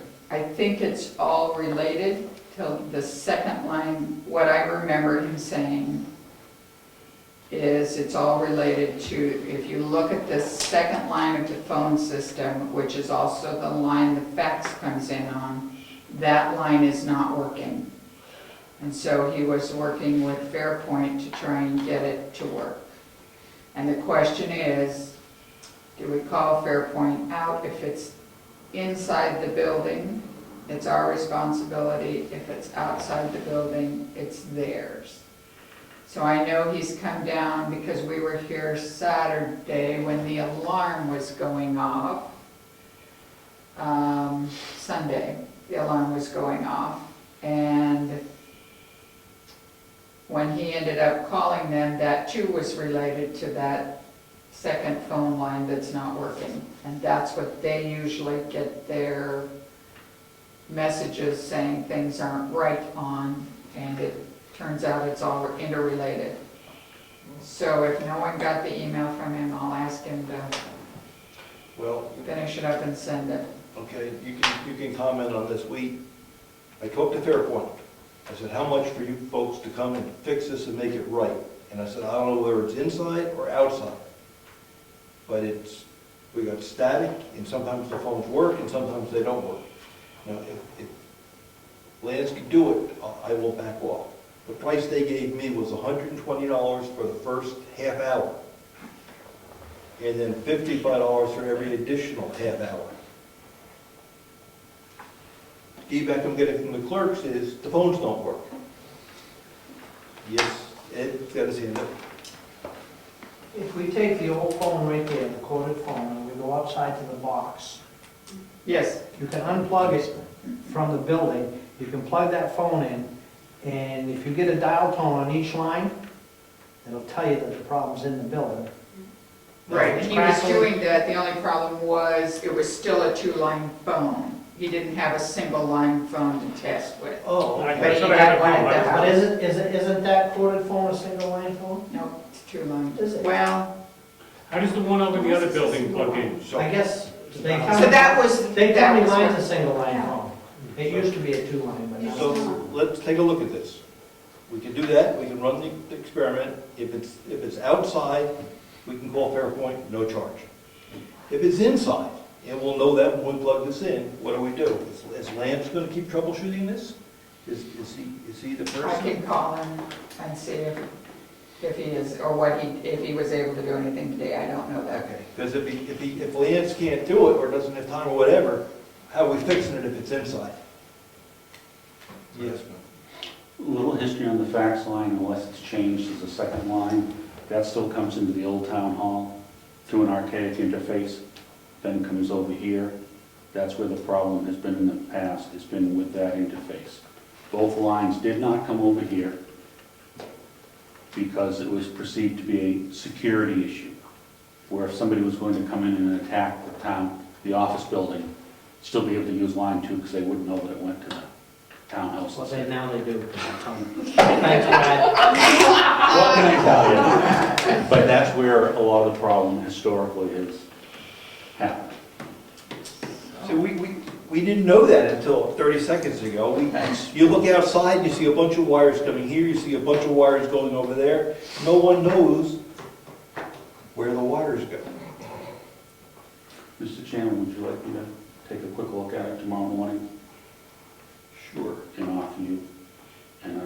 knowledgeable opinion on it since I've done a lot of the wiring work. That would be good, sure, we'll take any info we can get. We want to know whether it's out or in, and we don't understand where the wires go and how to Because I'm deal not with sure it. in the old building it's even got There's a a, plug-in interface on it. It didn't used to. I don't know if it does now or not. don't know. Well, if it doesn't, I think Fairpoint will give us one. Yes. Okay. I will report to you by noontime tomorrow. Excellent, thank you. And when I was talking to the clerk, she wants to know what we're going to do with her computer that has to get off of XP, and what we're going to do with DSL/cable, because she keeps getting feedback from the state that we have to make the migration. However, the last information we had from the state was that they were in no hurry to do it. It just had to be done. It wasn't like it had to be done by July 1st. No, but they're not, if that computer breaks, they're not going to touch it. Okay. So, I mean, when there's XP, there's two issues, right? The computer's running an old version that no one's going to Yes. maintain. If that crashes, we're in a Or gets a panic. virus. We're in a panic, because now the town clerk is down. Yep. Second order is how we're going to communicate, DSL or cable.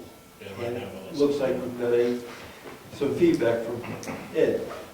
The good feedback is I found the hard contact that the selectman should call, and he is waiting to take care of us. He'll give you any information you need about pricing, but he's the gentleman that'll do it. And I asked him, I do not know why it was so convoluted to try to find out who to talk to get this, and he apologized, they all apologized, but this is his name, it's Mike Dugan, and that's his contact information.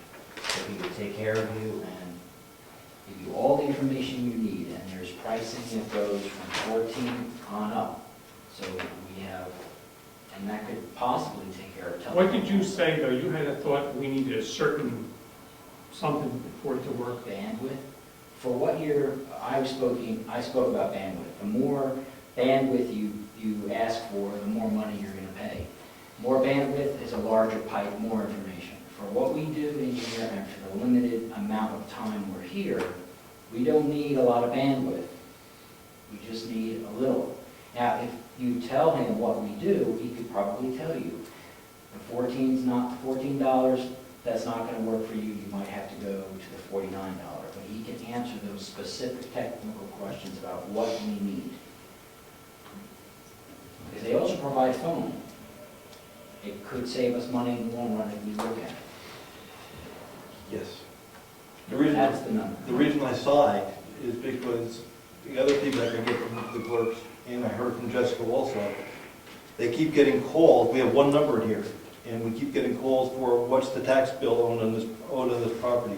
When was the last taxes paid? Are the taxes paid? When you talk to the town clerk, she's fielding these questions all the time. When Jessica's in here, she gets those questions all the time.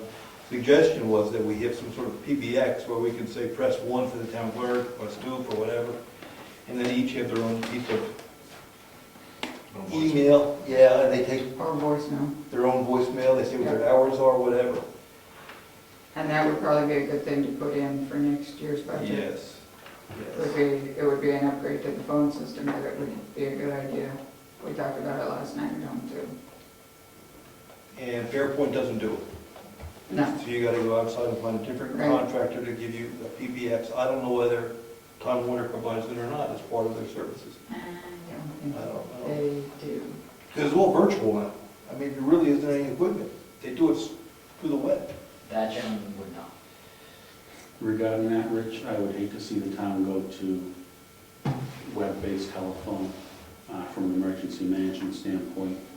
Historically, nobody has a better record than Marvell does on phone service, and folks go to web-based phone when there's a power outage. It's down. Exactly. Even in heavy rain, it can go down. Anybody want to call these folks over the phone? Sure. Good for you. We'll do that tomorrow. I'll call that to the office tomorrow. And we'll find out what the scoop is. Thank you, Ed, for getting us the contact. Lord knows we tried. That was not an easy one. It took me 3 weeks to nail down who to talk to. Okay. That was the town clerk. We didn't decide what we're gonna do with the computer. Can I ask you a question, please? Sure. And is that before they merge or after they merge? Time Warner,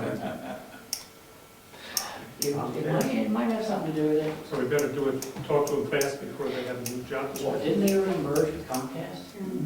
What- They did, Well, we they, had that big package, remember? but they didn't quite do it yet. They didn't get the approval to do that. They wanna do it. So you better call him quick before he has a new job. The other representatives were very helpful, so I don't think we'll have a problem. Sorry. That's all right. But we didn't decide what we're gonna do with our computers for the town clerks. So she needs a new PC. And once we do that, we assume support. Which means our computer person is called, not the state, Right. but our person when we need any maintenance done on it. That's, a shift in the cost to the town. What they tell me is some of the towns are waiting till next year to put it in the budget. I understand that, but likewise, if it goes down, we're hurting. I don't know if we have an extra computer left. I'll go to Barbara. This computer. Oh, that one, I think we have one. You're gonna ask with Lance? Oh, well. Okay. We'll find out Well, what. they're not that expensive. No, the computers are, That's the easy part. that's exactly right. That's exactly Then right. you start buying software and support, and it gets expensive. Computers are cheap now. Yes.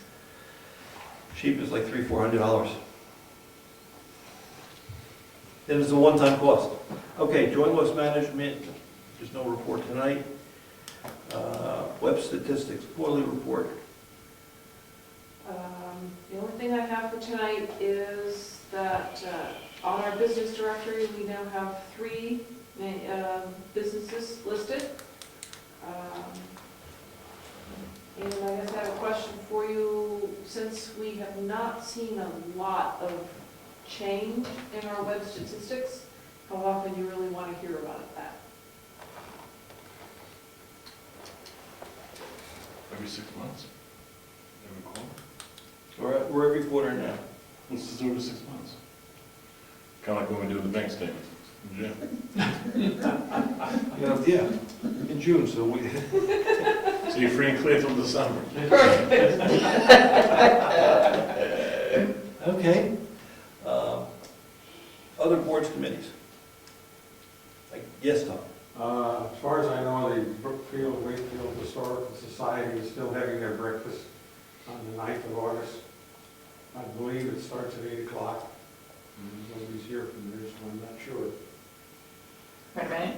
And it's Wait a next door, minute. and it's next door, and I've talked to that president to tell him the situation with our hot water. I just As didn't far want as I to, know, it's still going. I didn't want to call him a week before and say, sorry, so. I talked to Mr. Chickaroni today, and he said they were over there doing insulation. They were foaming. These guys in these suits. Yes. At 95 degrees. I'm surprised you didn't get a 911 call. But apparently, all the insulation is done. They were supposed to spray the floor and up Floor top. underneath, And and up the top. ceiling, and the walls. The walls are done? They said they were going to. Now, Okay, soon. I didn't go over there and look. He said we couldn't go in today. But apparently, he said, I asked him about the 9th, and he, oh, yeah, it's no problem. The breakfast is from 7:30 to 10. Excellent. And like I said, the sheetrock's coming on Thursday. How could they do, it's blown in the top? The top will be blown in after the sheetrock Oh, goes it's on. sheetrock, The okay. same day, the Conservation Commission is still sponsoring the town cleanup and the hike up Tumble Down Dick, I believe it's going to be 10 o'clock. Okay, I've got something to report on the land acquisition committee. We talked about Mrs. Hunter's land. I think we've got a full committee now. It's the 3 selectmen, we talked about that. We've got Fred, we've got Dave Benadero, we've got Jean Jones from the Conservation, Rob Collins from the Planning Board, and Mary Lou tentatively from the Heritage Commission. So we should have a meeting to kick this off and just see if it's consistent with our master plan. And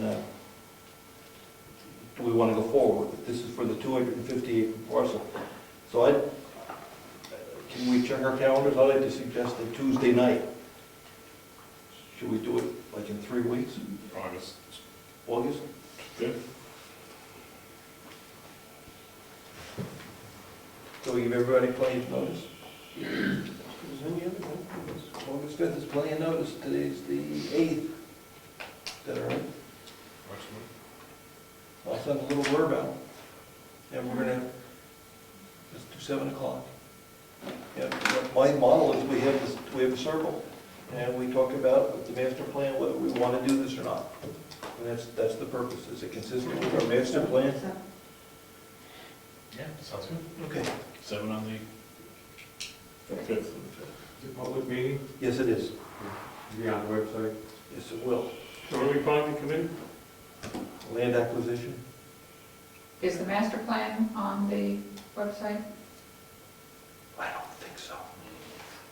I haven't seen it. We go. I know there's a copy in there. We have to actually check with the planning board. I took it up for the planning board to make sure we have the current version, because there's been addendums. Yes, I know. That's what I was wondering. We should probably almost have copies to All right, we'll bring that to the planning board. If you can get George to help us with that. Good idea. And, okay, I want to thank Tom Hill for his work on the schoolhouse bulletin boards. Thank you. They look great. They do look great. I thought we had a robbery, but it wasn't a robbery. It was just a door being taken down to be repaired. But it looks good. Thank you, Tom. Oh, yes.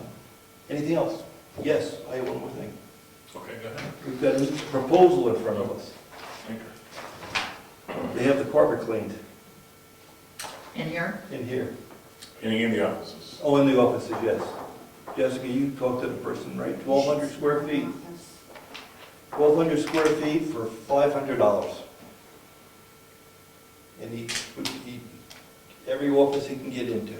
He estimated Virginia's because the doors were locked. Who moves what? Anything removed? Who moves the furniture? Oh, that was a question I had. Are these cabinets built-ins? No one could tell. What cabinets? Which one? Like the desks over there, are they built-in? No, No, I don't think so, but why would you move them anyway? they're modular. Not for cleaning, but Or for, if we ever did the carpeting, the question was, do we get Okay, I it? think, oh, clean, I was like, oh, it's not dirty enough there. Yeah, those gotta be like sectionals, right? They are. Okay. Okay, we just didn't know. All right. Phone lines, we didn't, They're not easy to move, I'll tell you that. I believe that they look like they're permanent. We did that just in case the town hall got under attack. You can just set those up. Is that, do we have a competitive bid on that? No, we know. We tried another company that never never came. returned my Okay, call. that's fine. I tried and tried, I said, you know what, I know him, we know him well, so. Yeah, it's on the Great Baseball Player, so. He was gonna move everything that he could move, but we don't wanna move the cabinets, No, it's Not for cleaning, no. but the table, the chairs.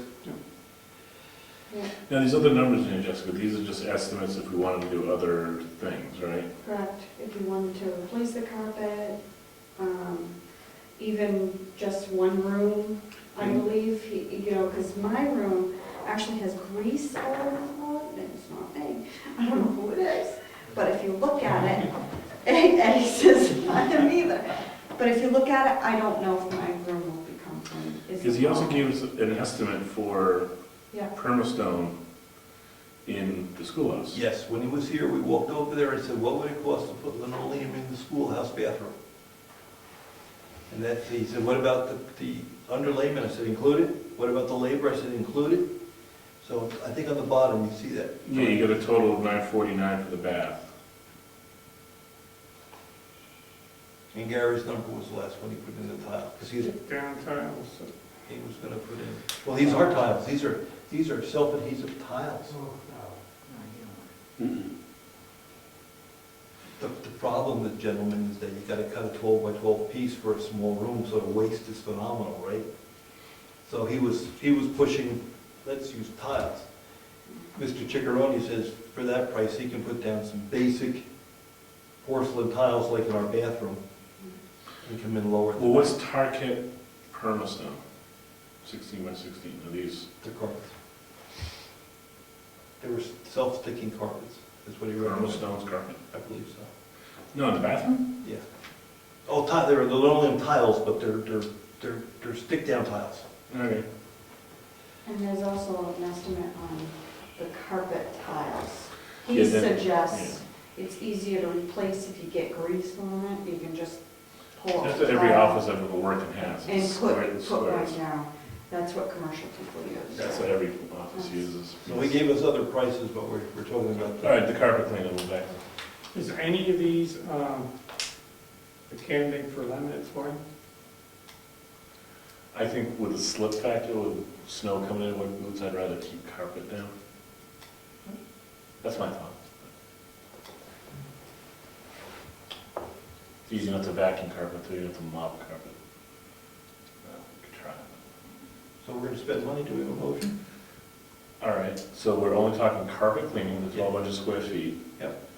From Tinker's Flooring. I'll make a motion, we accept the $480 estimate, estimate for carpet cleaning from Tinker's Flooring. Okay, that's what it looks like, Joe. Okay. That's- So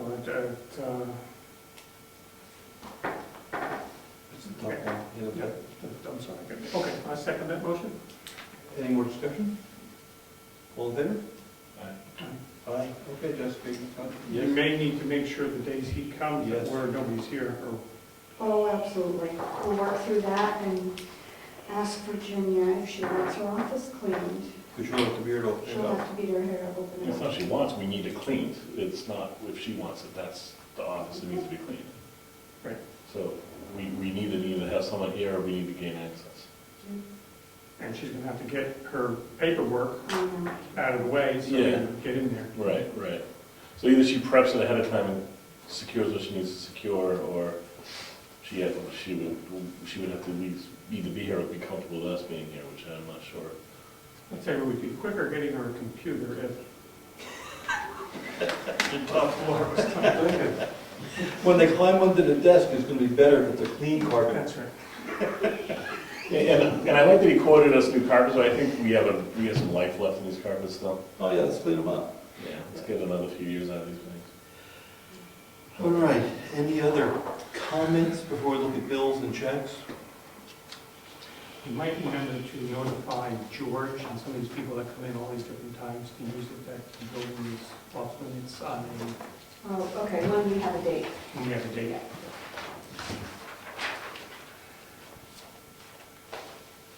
Okay.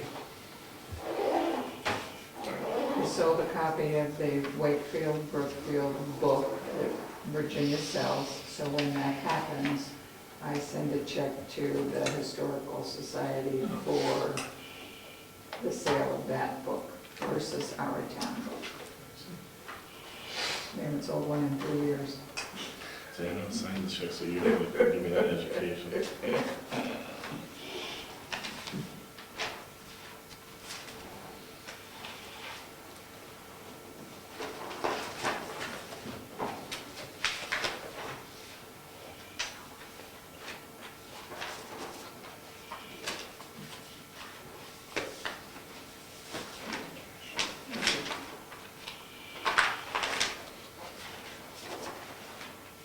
Complete file, that's the, You know, you would check everything in the checkbook, I'll leave it in the mailbox or the installment on the window. No problem.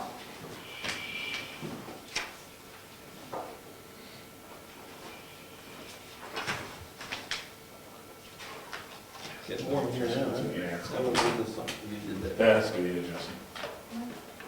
The veterans,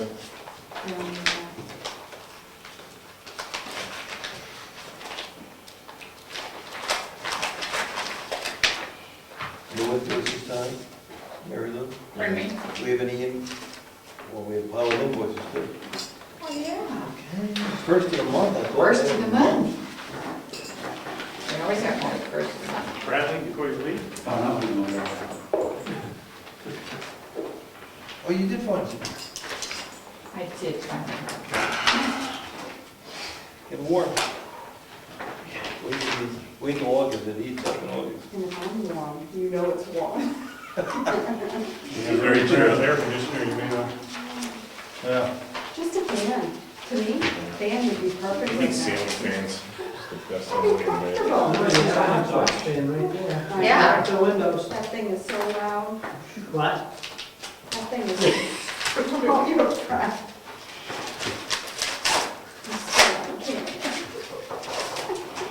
Can't hear a thing, right? So this is your point, if we're looking at this stuff, when it gets all out of sync, and that's what I said, we should be able to get that and match it up after, but see what the deposits were, right? You get close. Yeah, I just put 476,000 in there. Yeah. Won't Bulks quite. it up a little. And then someone asked us, so, So here's how I entered Look at the budget from there, we didn't know, so we looked. Yeah. the town ordered a Appropriate. your thing, oh, that's a credit. so it's Yeah. in the town's account. It's a credit. That's a good one. We can decide what we're gonna do with that too. Excuse me. It's a credit. So we $1,000 got a credit. second check from the town director.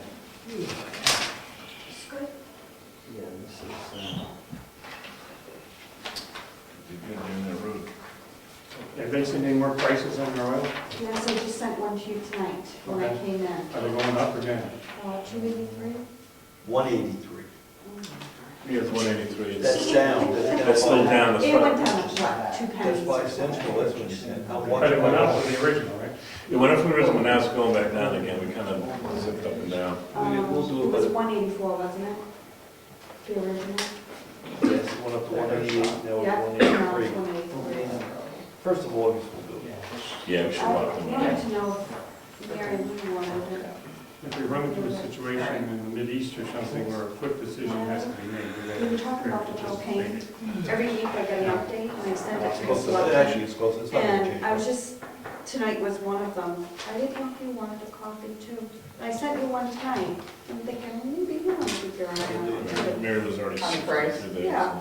Just because you're involved, I and, mean, you it's know, not changing but much. you let me know if you want it or not. You don't have to. Just to be nice.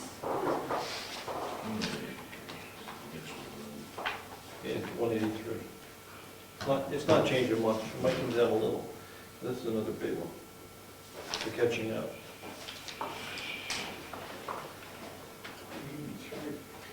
Right. The propane, yeah. Good, huh? Cheap. I know. Last I year wish was we could have it. 166, Yeah, it was 162. cheap last year. Still, that's cheap. It's going down. Based on what? $2 Unlimited. Town contract. They said no matter what we use, they'll fix the price. It's a good company, I guess. Depends on which contract, there's 3 options how we sign up. One of them Can I is, come over and borrow some? Kidding you, I thought. Can we start putting it throughout town? Just need another. Oh, yeah, I wrote it down. Got it. Okay. Yeah, their numbers are, Yeah, just a their copy's fine. numbers were I'll do that tomorrow. a cap of 202, fixed at 193, or a pre-buy at 183. and You wrote we are for not, now still on hold. Well, at the last meeting, you said to hold it for now. So I'm asking if this meeting is still on hold, this is the advertising. No, it's for, They just a contract and for the you're town, off. for the yeah. town. For the town. If you wanted to do it, it's gonna be a different number. Much, Like 250? yeah. So you know what that tells you? Talk about this bill. That tells you the margin, That's it. right? Is that Rhymes? No, it's White Mountain Oil. No, Ed, just A needs to friend see of that. ours, friend of ours owns Jessica wants to see White Mountain Oil. Yeah, His but she dad. was gonna check on something there. well, you know all these people, I tell you, anybody, you guys Everybody don't says know. that, but, yeah. why don't I go with them? But they probably won't. We all want to go with them. If you get that cheap, I'll stop buying wood. That's right. Maybe they should get a town rate fee, and how many people, you know, if we could get Do them, a townwide co-op. yeah, type of thing, and say, look, we can deliver you X number of accounts. You can come to town and deliver X number of games. Are you looking at that 3,000? No, the small one on top Oh, was, that's when it actually wasn't Lauren that came, it was, it was, Chet. Chet. and that's what they're charging us for. $5. Oh, you It have is to the- revise the contracts into the town, she did all that, and then came to town. We're paid for them to come and have their contract. We paid for them to revise the It contract? says $5 for 3 nights. How about the discount from not fulfilling the last contract? So if we went to the end of the year and they wanted to, say we didn't move this up a year, and they came and wanted to talk about a contract, they would charge us to come to do a contract. You want to pursue that with them? Sure. I got this. And Ed's point, and he keeps making, I keep forgetting it, we were on a 5-year cycle. We're busting in a year early, so shouldn't there be some sort of, Should be 20% discount off the contract. Say it to Bill, so make sure we understand it. I don't know. Say it again, do you understand it, Bill, what he's The saying? last contract was for 5 years. Right, And you only went 4 right, because of the whole, you asked them to come and reassess early. right, That's 20% of the work that they didn't do. that's correct. Yep. But on but that, it's not, but in that bill, isn't there a reassessment amount that is getting folded back in? In that one of those years, it's just maintenance of the contract, right? Right, it would be not for the total contract. Right, it's not but it would 20% off the gross, it's gonna It'd be be 1 year's maintenance. 1 year's maintenance that we should be credited forward or just wiped off. Or take it off the new contract. Right. We just need to, He said- I'm not pushing, you understand it better than I do, because I was going one direction and then you made sense. More. My question is, I was calling harassment bills and stuff. Okay. no, I know, I see where you're coming from, and I totally agree, we're getting, if we end this contract, they do the assessment this year. We have 1 year remaining on the old contract. Does this do us for a new 5 years, or this is just for the reassessment? the way I read the contract, we're in for a 5-year contract. We just maybe. re-upped. No, I don't think so. The contract ends next year. That's the one the selectmen signed. We didn't sign anything, they were going another 5 years. We go out for bids on that. Oh, we didn't re-up? I thought it was a re-up of the contract. No. This was a special contract just to do this. Yes. Oh, so that might negate that. Let's just get this bill paid. So, Yeah, then that makes sense. If we're not getting that, if we're not shortening our contract period, I'm glad to see I'm not the only one that still has a princess style. But they would do, if we didn't shorten it, would we get charged this amount for them to come in? The point is, if we didn't shorten it, we were a year later, would we still have to pay this for them to come in and talk to the state about doing the reeval? Or that should be thrown in their contract? I mean, it should be assumed costs. I think next year, though, they would come in they would do the same thing. and start over again. Take 20% of the houses and start the process. Would we get the bill for them coming to do that for a meeting with the state? Or is that assumed as part of the contract, they're gonna have to meet with the state? We don't understand it, though. Do we know where I'm coming from? No. Part of Are you it, having it back to me? No. Okay. we just don't understand it. I mean, there's all kinds of good questions, like I'm gonna bring Ed's, that talk. like the one you just raised. Is that part of the contract, the meeting with the state? If it was next year, right, is there somewhere we have to pay them to come and meet with the state, or is that just assumed that was part of their responsibilities? I understand. You understand what you're saying? I did. Okay, yeah, I will ask that question, and I will get an answer for you, and let you both know. Excellent. I'll call Lauren, right? Lauren's the best person to call on that. Lauren will explain all that. Any billing stuff goes to Michelle, but that's. But Lauren's gonna strictly explain billing. what Yeah, exactly. That's, Okay. Anything else for the board? We signed checks, we did bills, I think we're all set. and we got a budget. Brad's checking things out. That's, So, can these two get billed? These two didn't get billed. okay. But then that's it. The meeting is adjourned. Thank you.